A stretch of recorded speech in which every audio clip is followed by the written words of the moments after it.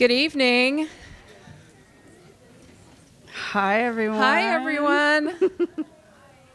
Welcome to Clarehouse's annual community conversation series, Lessons for Dying. Thrilled to have you all here tonight. We really appreciate you coming out and spending your evening with us.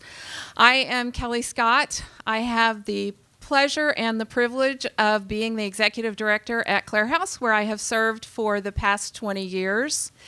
And I am extremely proud to be a part of an organization that really envisions a community that provides loving care for people at the end of life and wants to make it possible that no one dies alone.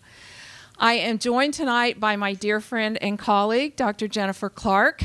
Jen is a palliative medicine physician as well as a healthcare delivery scientist and an awesome human being. She is going to lead our conversation tonight. In addition to that, we're welcoming a very special guest, my friend Jared Nofsker. I have known Jared and Wendy for 35 years at least, but over the last few years, I've had the very special honor of walking with them through their journey as they bid goodbye to parents. And Jared's mom and Wendy's dad died at Clarehouse, and we had the honor of being a part of that journey. And some really special things happened during those processes. And so to open the storytelling for this entire series, I would like to welcome Jared forward to share a little bit about those stories.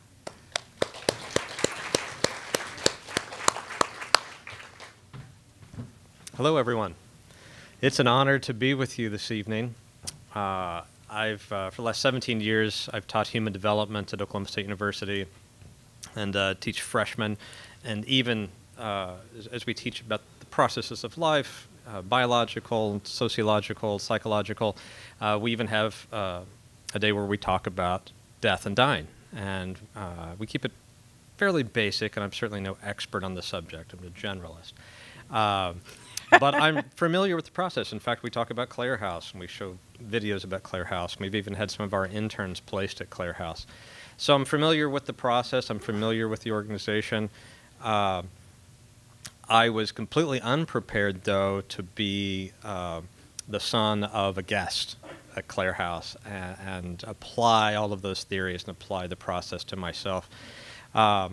But I'm here to tell you a little bit about my mother's situation. So she had a stroke about 20 years ago and had stroke-induced dementia. That was a real slow progression, actually. But for the last several years, Mom was in a state where we would have conversations, but she didn't always know who I was. And in fact, toward the end, I was positive that she looked at me as just the nice guy that came to visit once in a while. And we enjoyed those conversations, and we steered away from any conversation really that would involve memory. But then toward the end, coming up on January of this year, really any questions and even conversation was just upsetting. She would just become agitated, and so we would just sit and enjoy each other's company, and that was enough for Mom at that time. Whether it was enough for me or not is a whole nother story, but that's not what we're here to talk about tonight. But then flash forward to moving Mom to Clarehouse. I knew about rally days. I knew that sometimes people perked up, and I had zero expectation that would happen with my mom, who suffered from dementia. But lo and behold, we moved her in at 4 o'clock on a Friday evening. She woke up Saturday morning and, dare I say, was chatty. Still had dementia, but remembered exactly who I was, remembered exactly who my wife was, my mother-in-law, and really every family member that came in. And she had 2 of those days. And we talked about trips that she had taken. The trip that she was on was one that she wanted to talk about a lot. She didn't know where she was going, but she was packing, and she was going there. And Clarehouse was so nice to provide us with unlimited birdseed because this would just help awaken Mom. And looking at all the birds, and we would talk about those endlessly. And it was just a really joyous time, if not a little confusing. One of the prevailing emotions that I talk about with my students is when people move a loved one into hospice, they think, did we wait too late? I quickly started thinking, maybe I did this too fast. And my eldest son goes, well, what are you going to do when Granny fails hospice and Clarehouse kicks her out? I said, I'm pretty sure that's not going to happen. But even I began to wonder a couple of times because she was doing so well. But that's my story and my mom's story of having this awakening time. And I just want to share that with you this evening. Before you sit back and be able to relax a little bit, I am curious. You're a man who studies human development. Yes. As you have gone through this process and bear witness to this thing we call terminal lucidity, fancy scientific term, how has that broken you open as a human? What has it done to your own personal development? I think it really has reminded me of the resilience of the human spirit, and that whatever is going on in our brains, be that because of a traumatic brain injury or because of something like dementia, it's still there. But even I had convinced myself that with my mother it wasn't, that I would not have, and I had grieved that already, months before her time at Clarehouse. So I think it's just given me a renewed hope for myself, in fact, and for those people that I love, that we truly are resilient, biologically and psychologically. I love that. Thank you. Thank you so much You're for welcome. sharing this story. Thank you.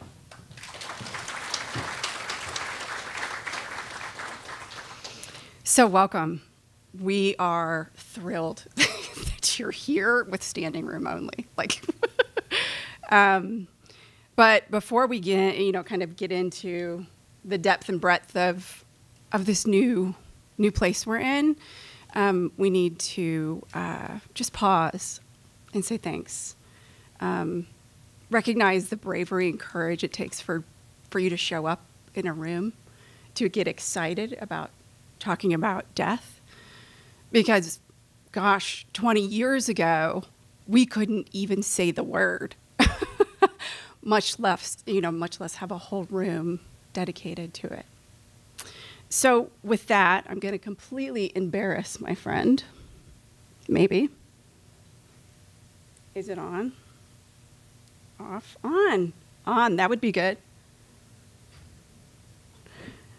So Kelly and I watched this video when we had a number of people come and visit, and this whole idea of a grassroots movement to make sure every community in the United States had a home for the dying. And we just want to say thanks, because it's your bravery and courage that allowed us to show up and be brave and be courageous. So with that,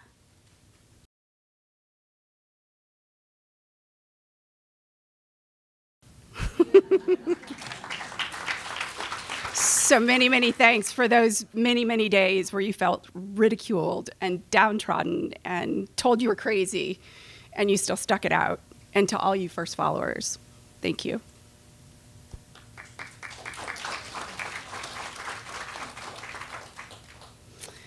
So you may see these slides, and in your packets, we've given you some resources and things to take notes with, because you're going to get, as some of my students already know this, it'll be like drinking from fire hose.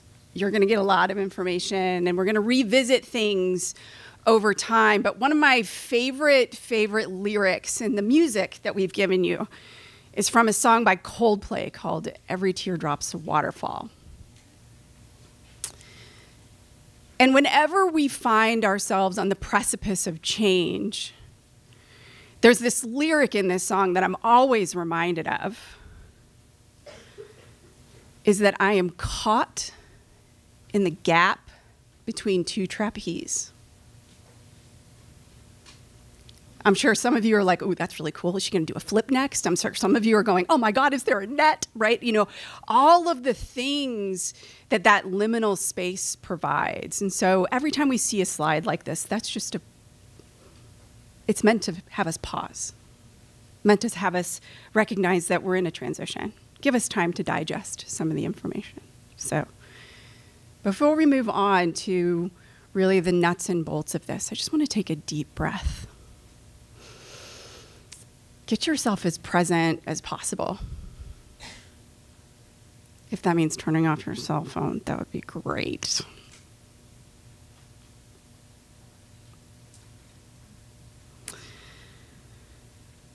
The first lesson that the dying have taught us that are living is that death and dying are essential to life. It's really interesting, this fallacy that has been created in society where we believe that the opposing duality is actually life and death, and it's not. Birth and death allow life to occur. You know, when we've medicalized both the birthing process and the dying process, and particularly the dying process, death and the medical healthcare system has unwittingly partnered in bringing our biggest fears to life, that we will die alone and that we will die in pain.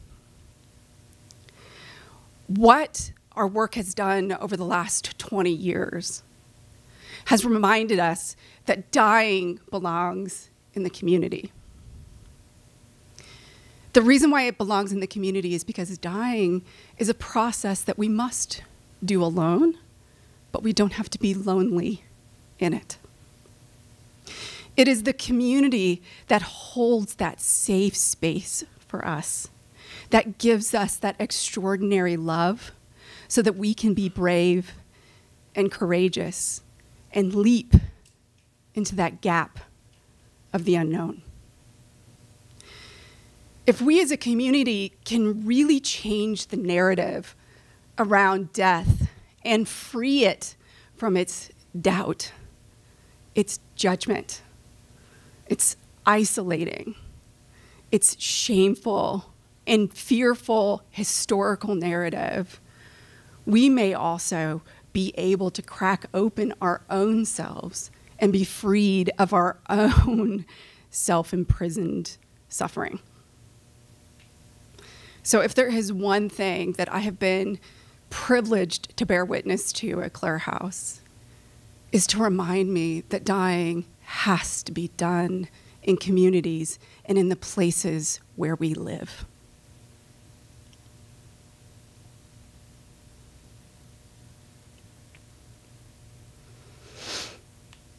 So let's talk about that suffering. This science shook me as a physician, as a mother, as a child who grew up in the craziest household, and really understanding the science of trauma and how it can really inform those of us who are living, particularly caring for the dying. So some of you may have attended our community conversation series, I think it was last year. I'm so bad about time, guys, sorry. Where we talked about adverse childhood events.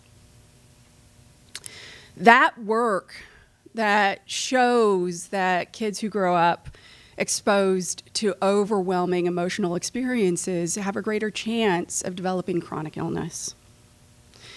And that science alone was very scary for those of us who have trained in pediatrics, that it was like, okay, we now know this. What does this really mean? How do we help make sure that we are, kind of create environments where these children can heal? And so there's been a lot of work around that. And there was a publication not too long ago by Oprah, of all people, joined with a pediatric psychiatrist by the name of Bruce Perry. The book was called What Happened to You? It is the most accessible publication on adverse childhood events, the traumatic brain, and how resilient we are and how to tap into that resiliency, particularly in the most horrific of circumstances. Some of you may be too young to remember this, but Dr. Perry was the pediatric psychiatrist in charge of the children that came out of Waco. So he knows what he's talking about, right? So what this science has taught us is that as humans, we are sequential processors. So in your notebooks and up on the screen here, you see what we call it looks like an upside down cake, but the triumvirate human brain. When you look down here at the bottom, we have external events going on. My voice is an external event. All the things that our sensory system is taking in are the external events that come up through our brain. Our body, which is inextricably tied to the environment, is responding to said environment with internal information, particularly about safety. All of that information starts at the rudimentary part of our brain, what we call lovingly our reptilian brain. It's the thing that kicks in when you're sleeping at night and allows you to breathe, right? It's the thing that kicks in that pulls your hand away from a hot stove, right? It's those instinctual responses around survival that this bottom part, this brainstem part of us is allowed. Our mammalian brain is the next kind of layer of the cake. So remember, we don't have any clue what's going on down here in the brainstem. We're not conscious of anything yet. This information, whether it's from the outside or the inside, is coming up through the brainstem, and next thing it hits is the bottom part of the middle part. So there's two parts to what we call the mammalian brain, otherwise known as your dog brain. Okay. So the diencephalon is the thing that helps us maintain a thing called homeostasis for you nursing students that are out there. Homeostasis is the constant dynamic to our body responding to all this information, our blood pressure, our glucose, all of the, kind of neuroendocrine transmitters that tell us that, what's going on. So that diencephalon is just, okay, what's going on in the environment and how do I need to respond at all times? It's on all the time. It is mitigated and talks to and is hardwired with this middle part of our brain called the limbic system. The limbic system is where our memories are stored. It is where our emotions trigger a cascade down into the diencephalon, down into the brainstem, making our body respond to said experiences. It's where our habits live. But as you can imagine, if we're overwhelmed with an experience because either we're not mature enough or the chaos of life occurs, sometimes that middle brain reacts without our input. I don't know, you guys driving along the traffic on Yale with all the shenanigans going on with the, traffic and the construction, and somebody almost runs into you and then like buzzes around you, and it's like all this reactivity and blah, right? All those reactions that we have, you can thank your mammalian brain. Unfortunately, people who have suffered trauma and this thing that we lovingly call post-traumatic stress disorder, or PTSD, they live directly in those memories should they be triggered. True PTSD is that the brain actually believes it's in the midst of active trauma, rendering our human brain, that we'll get to here in a second, unable to participate and guide any sort of decision making. Having taken care of veterans during my training, I can't tell you how many of them, 4th of July sucks, right? Or, a car backfires and all of a sudden they find themselves underneath a van, trying to take cover before they even have a chance to decide what their body mind wants to do. So this sequential processing, only about, 10 10-15% actually gets to our human brain, our cortex, where we have executive functioning. We have the ability to innovate. We have the ability to create. We have the ability to make meaning. But 90% of our experience is done below the surface. And so as you can imagine, we have so much suffering going on because we're completely unaware and we're constantly reacting to an environment versus pausing, allowing the stress systems, because there's two actually, guys. Everyone talks about fight or flight. The second one is called dissociation, where we totally check out of the body. No one really talks about that one. And I would argue that most people suffer that as well. But both of those do is they render us unable to participate, unable to respond, rendering ourselves a mammal or a reptile for the day. So there are things that are going to happen to us. And, you know, I have my kids in the audience, so I feel okay saying this. Shit happens.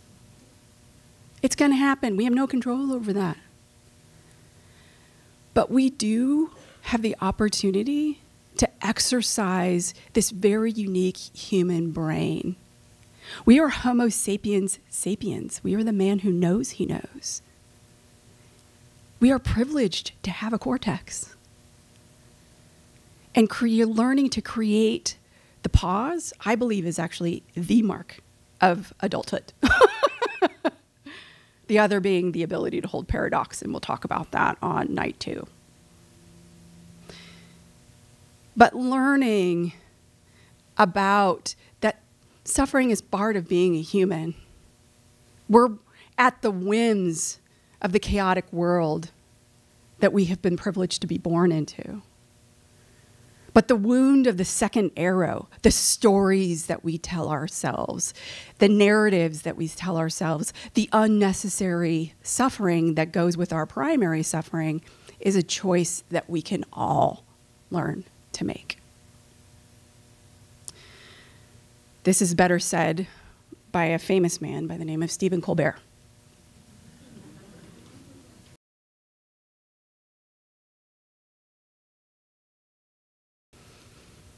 Powerful. For those of you who don't know, Stephen's the youngest of 11 children. Catholic family. Grew up Irish Catholic, totally get that. And when he was 10, his 2 older brothers and his father were killed in an accident. He was the only one home with his mother. I would highly recommend watching this entire interview to understand more of that experience for him. This wise man was talking to a very aggrieved Anderson Cooper, who also lost his father at the age of 10, his brother at the age of 21 to suicide, and had just recently lost his mother, Gloria Vanderbilt, in her late 90s. So, it's astonishing to me to be able to see these men sit so vulnerably and talk about this profound human experience and how it's touched them. And to be able to share that with their audience, to bring again death into our communities and where we live and breathe on a day-to-day basis. So that again, we can make the choice about how these sometimes horrific things happen to us, so that at some point in the future, they will give rise to these gifts that we wouldn't necessarily ask or want for. But yet, anything that brings sorrow also must, by definition, bring joy.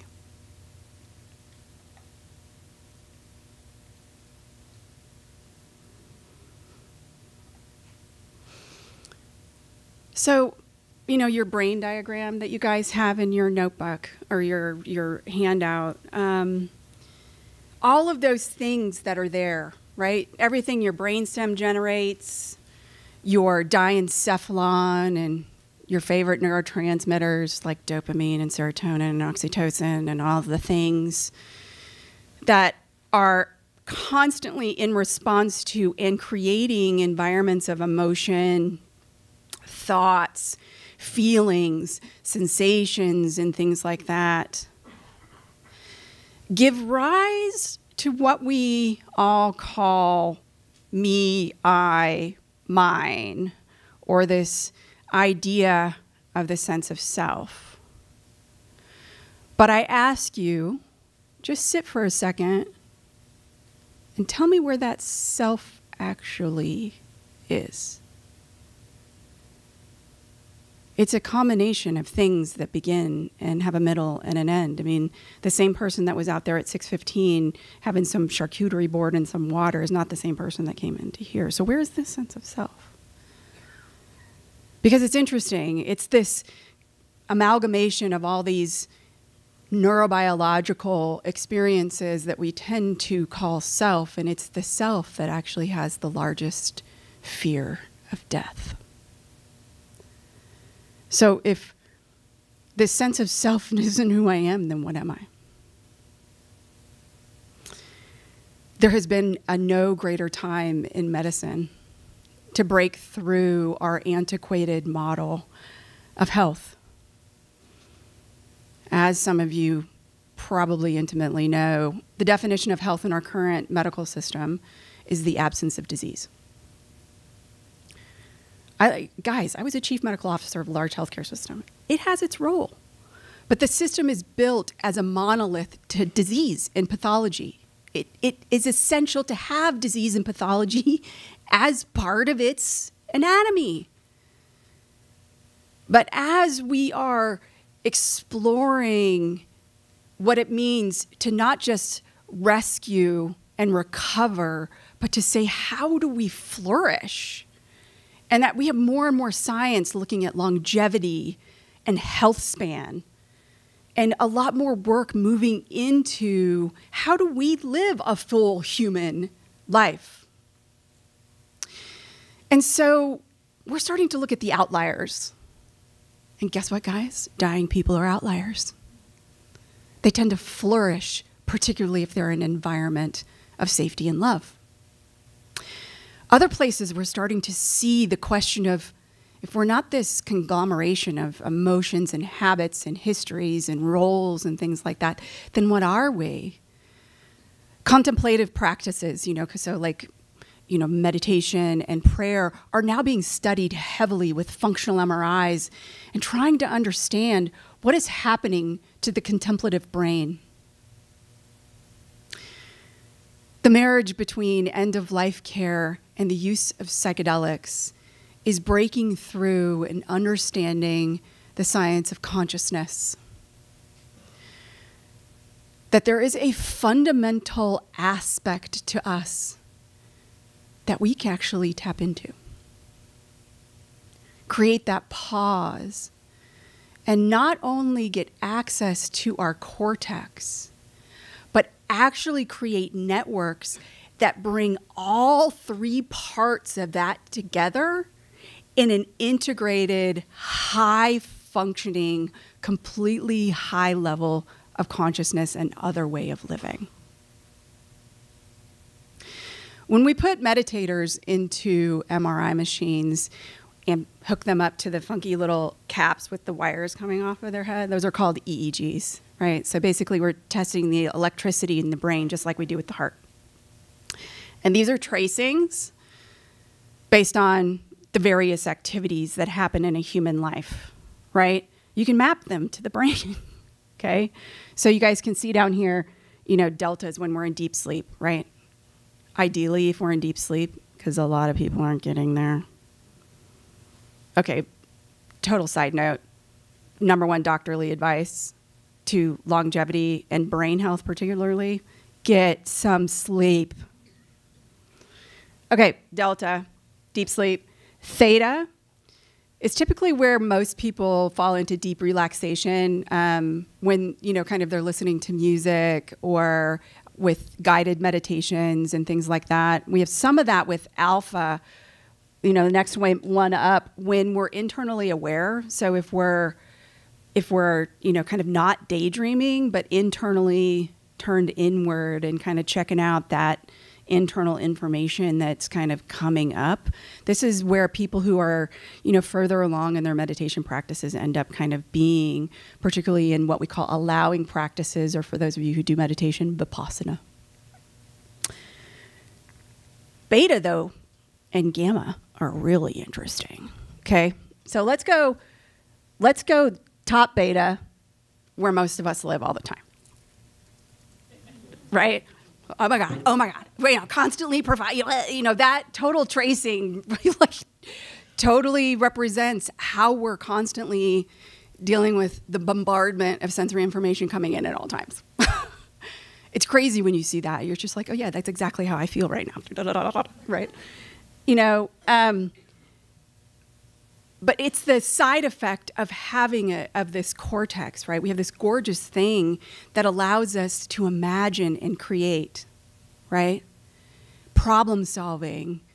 And it requires this ability to have some emotive possibility, because emotions, all they do are a call to act. Anxiety is, hey, got to problem solve. Anger is, hey, there's some injustice going on over here, right? But emotions, thoughts, sensations, again, aren't who we are. They're just information that we must pause and say, just because I can doesn't mean I should, right? Because otherwise what happens is we get caught up in all of this, and all of a sudden we actually lose brain cells. We actually move down into our mammalian brain, sometimes even into our reptilian brain. And as you know, that doesn't usually go very well. So the idea is to stay a little bit in that cortex, pulling from the midbrain to be charged with emotion, to act responsively to the world. Okay? So those were the two lower betas allow us to do. Then there's gamma. Gamma's the new kid on the block that we didn't actually know existed until these Buddhist monks got into the MRI machine up there in Wisconsin. We were like, what is this? It is amazing. Basically, you see, so the three-part brain has kind of two basic networks that it functions off of. The thing called a default mode network that fakes us into believing that with the sense of self. And then we have our task-oriented network, right? When we're all default mode network, it's when you're having the inner conversation with your critic or whoever your voice in your head is, right? And you're kind of lost in thought and all the things that we do on a day-to-day basis, right? And so what happens, though, is in deep meditation states, both of those things fire, and we become completely aware of our entire experience. So the cortex brain, the middle brain, so our human brain, our mammalian brain, our reptilian brain, we have access to it all at once. And we get this high gamma. High gamma is the neurocorrelate to consciousness. We see it on their functional MRIs with like this oozing that occurs, and their entire brain lights up. Do you guys remember Dan Brown? He wrote Da Vinci Code. I can't remember if it was in Origins or if it's another one, but there is this thought that that's actually the manna from heaven that is talked about in the Bible. That's how they describe this kind of oozing that occurs. So the wickedly interesting thing is that in terminal lucidity, we see high gamma.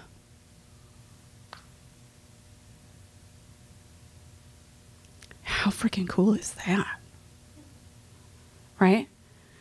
So do we have to be up in full lotus in the Himalayas or dying to have access to this? Or high on LSD? No. It's right here with us all the time. And the privilege of working with those who are amidst death and dying show us the way. They show it to us. When you're in the presence of the dying, you feel it. And if you're there at that moment, that last moment of breath, you actually see the absence of it and know its fundamental full presence. So what privileged work we all have, right? So the dying have taught me that I am a much bigger being than this small little blah blah blah blah blah blah blah blah blah blah blah blah blah blah blah blah in my head. So bearing witness, being with the dying, is one accessible way to reaching your own consciousness.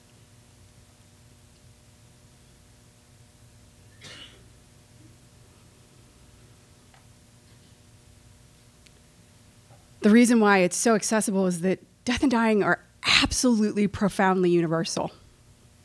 I've had the privilege of working across the world over these last 2 years through the thing that will go unnamed for right now.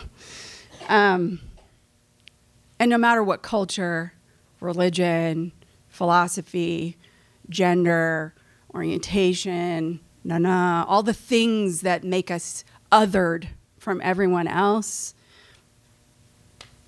we all get to be born and we all get to die, right? Thing about birth, though, we don't have the equipment to remember it, or at least not yet. But dying, most of us, even if we have the loss of our highest functioning, sometimes, most of the time, actually get to participate in it. So some of you may know about this term called, kind of near-death experiences, right? So for those of us who are in the study of dying and death and things like that, unfortunately had to finally write a paper that said, okay, we need to clarify that near-death experiences do not include things like out-of-body experiences due to meditation and astral travel. This does not include psychedelics. This does not include a lot of other states of consciousness that all of a sudden near-death experiences got kind of trash canned with. So the science is now actually looking at and standardizing and documenting this universality that's related to what they called recalled experiences of death. So, so they have to have had an event where they were, kind of declared dead, essentially. So it kind of gets away from this kind of amalgamation of altered conscious experiences. And so when they named that and they started doing some phenomenon research, they found the universal pattern by which we all go through. The recalled part's been left off, but the trajectory, the outgoing trajectory is the same regardless of whether we get called back or not, okay? So what begins, as you'll see over the next 2 nights, we'll go into this into more exquisite detail, but people who become aware of their own death all of a sudden understand that there's some sort of separation from this physical body that we have called home, this consciousness that has been housed in this, kind of conglomeration of cells and skin and neurotransmitters and all the things, right? It's this just, oh, I'm dying. But because there is this, all of a sudden, this perception that occurs, and then the doubt, the judgment, the isolation, the shame, and the ultimate fear of death kick in, that is hidden and denied. And as a result, people don't necessarily get to participate from the beginning in this process. And unfortunately, society, colludes in this massive denial of death. Regardless, the body starts, kind of letting go of the consciousness, this vital essence of us that is getting ready to take on its next thing, because gosh, we don't know what it is yet.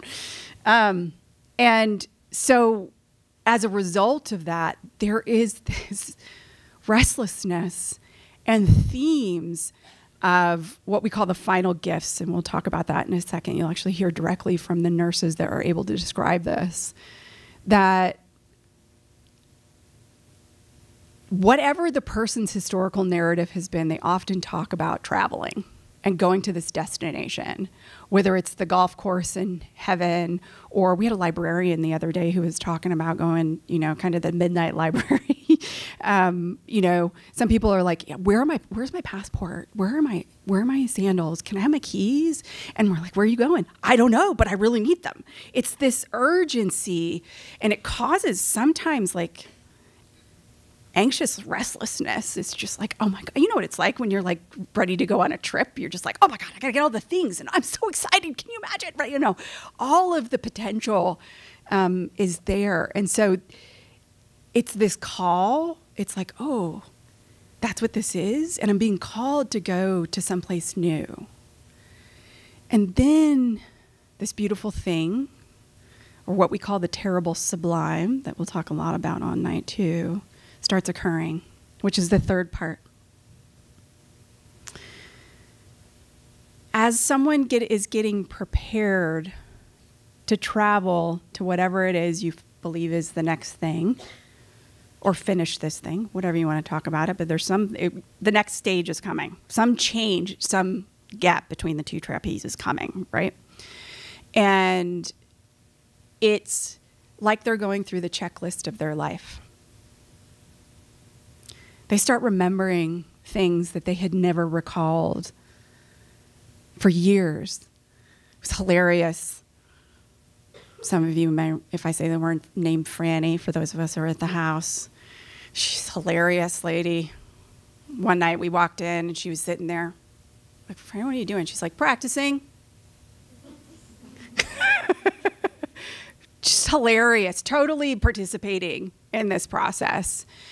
And I was like, do you want anything? She's like, yeah, I want some ice cream. I'm like, okay, chocolate, vanilla, strawberry, what do you want? She's like, chocolate ice cream. She's like, and you're so pretty. Will you get it for me, please?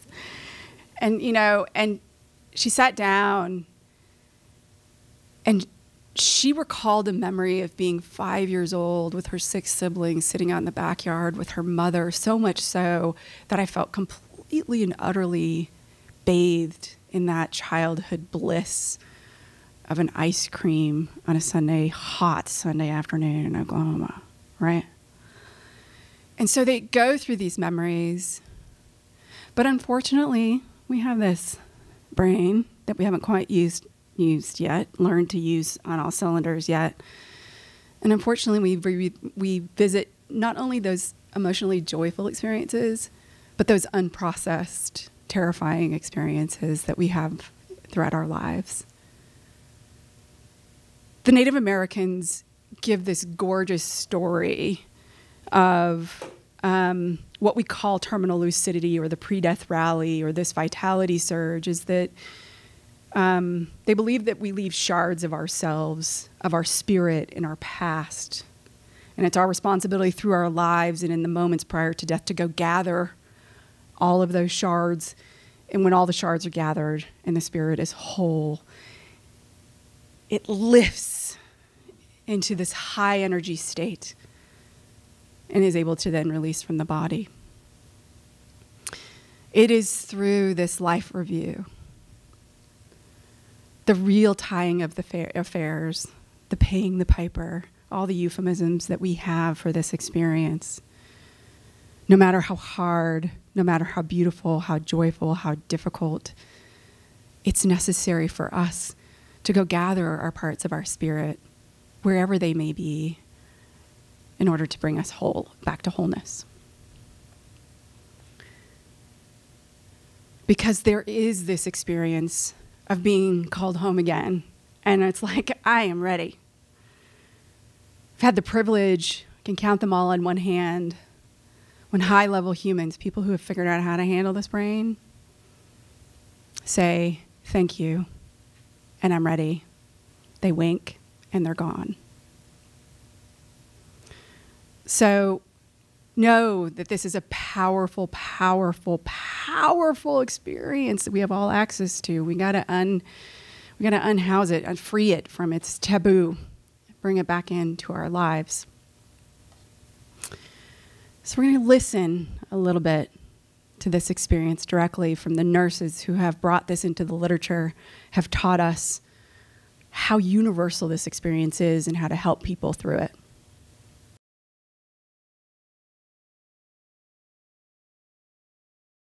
It's universal. So in the last few minutes, we want to leave you with this. We've learned that death is the greatest opportunity for creation in a human life. When you look at creativity, real creativity relative to innovation, innovation is the thing we do every day. We take some old stuff, rearrange it, create something new.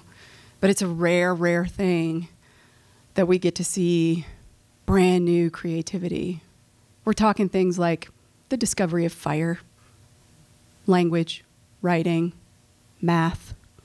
Yeah, we didn't know that the world was round or that we had a solar system not too long ago, guys. The internet, the atomic bomb, all these like profoundly creative things that never existed before, right? Death is the guaranteed opportunity for each one of us to participate in that process because it is the reason that humans exist. It's only now that we're no longer afraid of talking about death,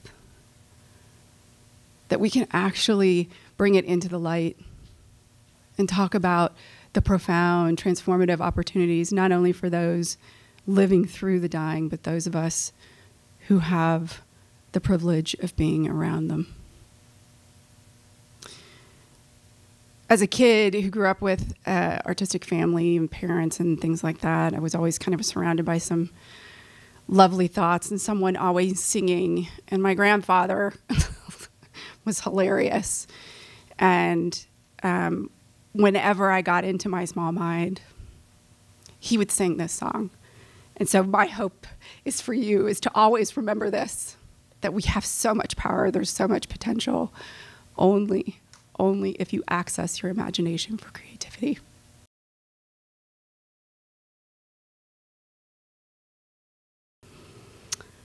So with that,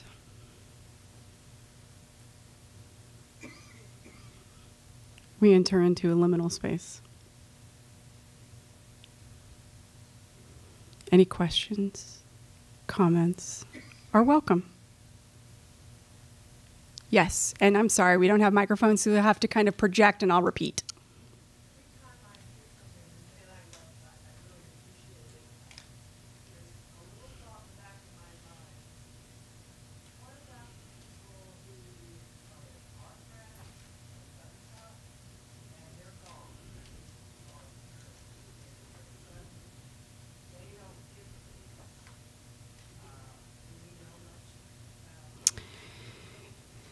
That's a great question. So for those of you who didn't hear, it becomes, how about those that die of sudden death, whether it be traumatic or otherwise? And the little bit that we do have insight, particularly for those who actually are able to come back, so the people who have recalled death, kind of death experiences, particularly those who have been through trauma, do say, you have to remember that consciousness does not live in time and space. It lives with other rules. And so there is this process that does occur. So people who are able, that have gone through traumatic experiences, when they do, when they get recalled back here to finish whatever it is they need to finish, they do tell us that they have this experience. Great question. Comments. How are you guys feeling? Thankful. What other words? Inspired.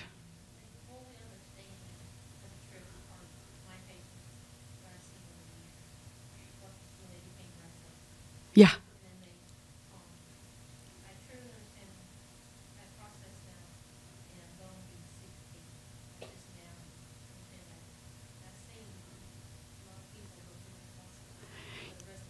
it gives you more meaning and compassion around it, even some hope when you see someone go through this process and say, oh, this is part of it. This is necessary. That calmness that occurs. Yeah, that, right? For sure. What else? Yeah.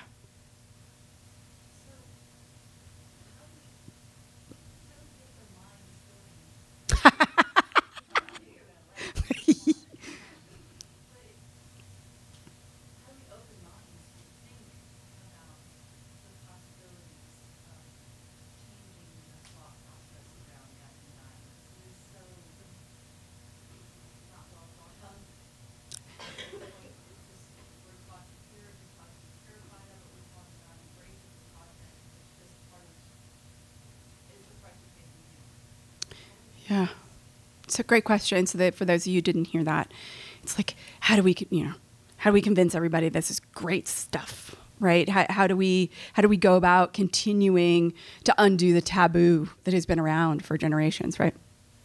Well, one, America tends to be most deluded, just for what it's worth. Having practiced in Africa and Ireland, it's nice to walk into a hospital room. She's like, "Oh, mother's got she's had a great life. Let's go." It's like we gotta go have the wake. We gotta have go have fun. But it's about starting with yourself. Kind of similar. I'm an internist and a pediatrician, and so I take care of across the whole age span. And the whole reason why I went into that practice is, how do we develop? Like, how do we become like superhumans? Kind of thing. And how do we get the brain to work? How do we do all of this? I was really interested in that. And of course, the only place that allowed me to even have that conversation is with dying people. Funny, right? Ironic there, right? But I found in my research of young adults who were suffering a life-threatening illness that there's this dichotomous split in that age group in how they approach their experience. Many of them, by the way, young adulthood is 18 to 40. Okay. There's the dichotomous split where half of them revert back to childlike behaviors. And then there's this other half that rapidly develop into what Maslow called, do you guys know Maslow's hierarchy of needs kind of thing? Okay. So Maslow had this term of self-actualization where they rapidly go through dependence, independence, interdependence, and actually live in a transcendent state, in that high gamma state. And I have been asking myself that question for the last 20 years, and it hasn't been until recently that I've come to understand it's the development of mortality salience. It's the embracing of one's death as a direct path of self-development that unlocks that, right? And it turns out, I've taken care of 5-year-olds that have done that. So it doesn't matter your age or your equipment, really.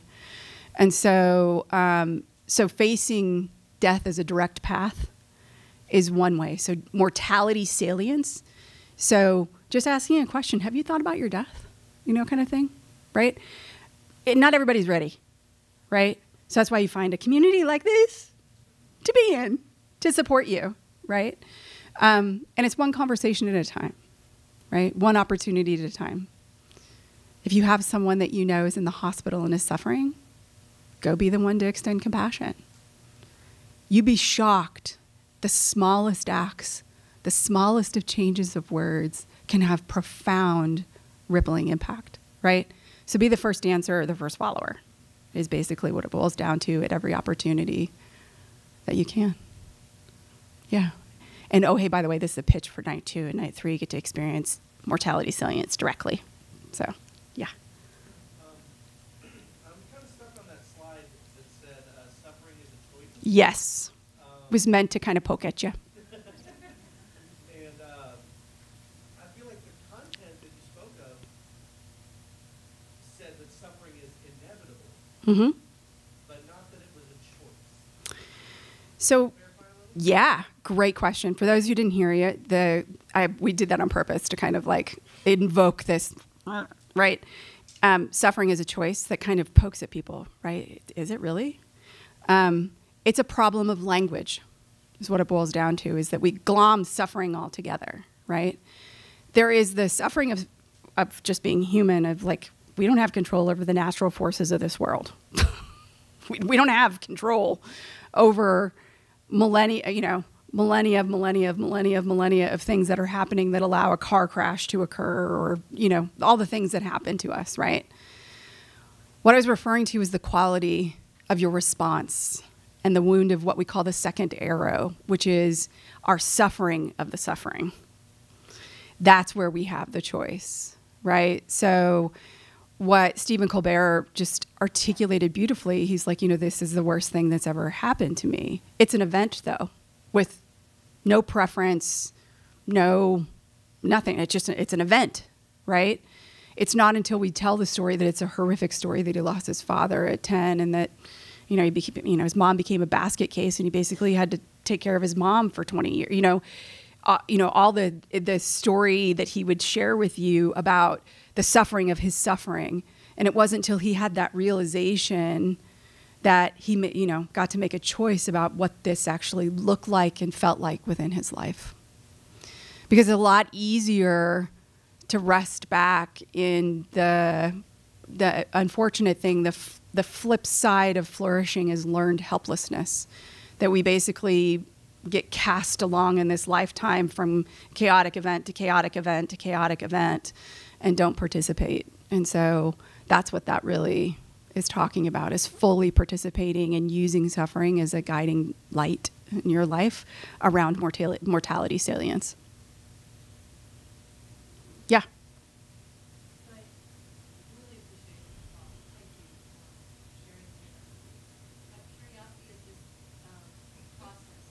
Yeah.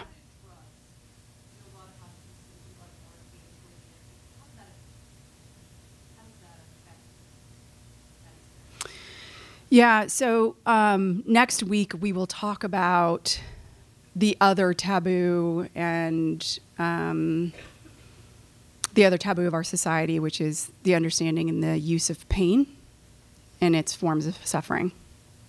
And the profound fear of potential pain is just as real as, an exophytic lesion coming out of someone's chest. It just, and so understanding pain, and when, pharmacologic uses of medication to help with, kind of physical pain, so that then the psychological pain can be dealt with. But when you're in physical pain, you go down into that rudimentary brainstem, into that very bottom part of your life, kind of being, and can't participate in any way, shape, or form. And so the pain that sometimes goes with dying from a body that's disintegrating, dissolving, has to be dealt with in order for someone to be able to participate. And so that's, it allows someone the accessibility to that versus being lost in the physical suffering of pain. Yes, friend.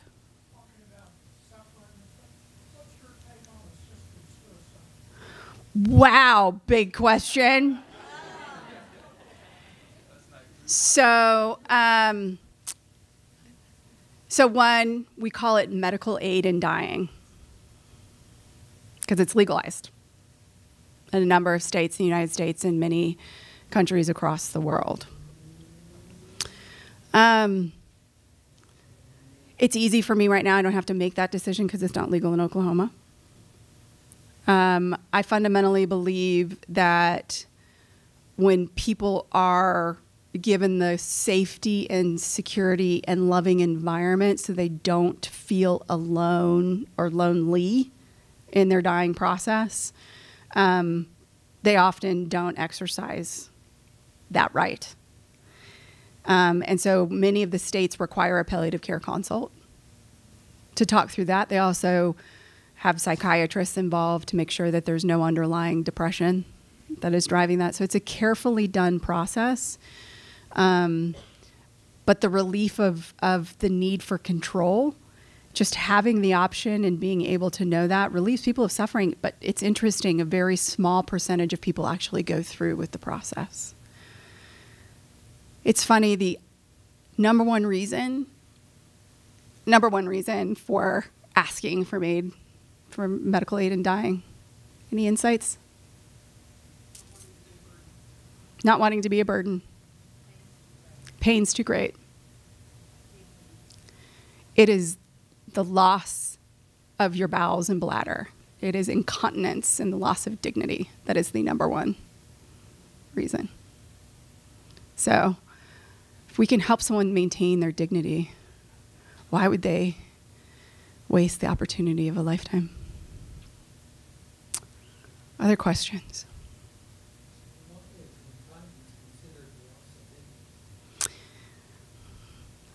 I love you. But that would be a Y chromosome issue. No.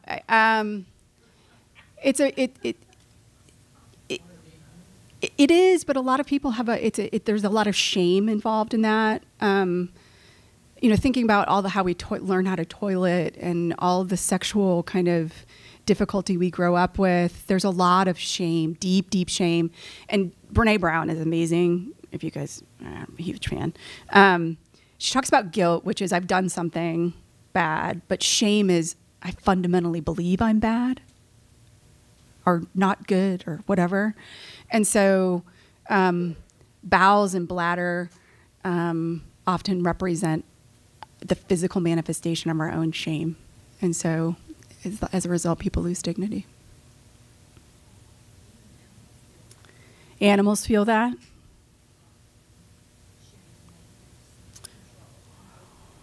So animals feel that when they, kind of same, there's this shame, there's this tucking of tails, and they know it's not right to lose their bowel and bladder. Yeah, and they get to go to the hospital. Yes, well, I think we're at the top of the hour, aren't we? Yeah, way past. We're at 8:15. So I will be here and things like that, but I'll let Kelly do our last comments in closing. I want to thank you for an amazing presentation. It's wonderful. I ask you to please take about 2 minutes and fill out those surveys in your packet. We really need this feedback so you can guide us in future presentations. So if you would take the time to do that, we'd really appreciate it. Please consider joining us next week as well when we talk about the physical and psychological aspects of these lessons for living. Anything else? No, just thank you. Be brave. Mortality salience, have the conversations.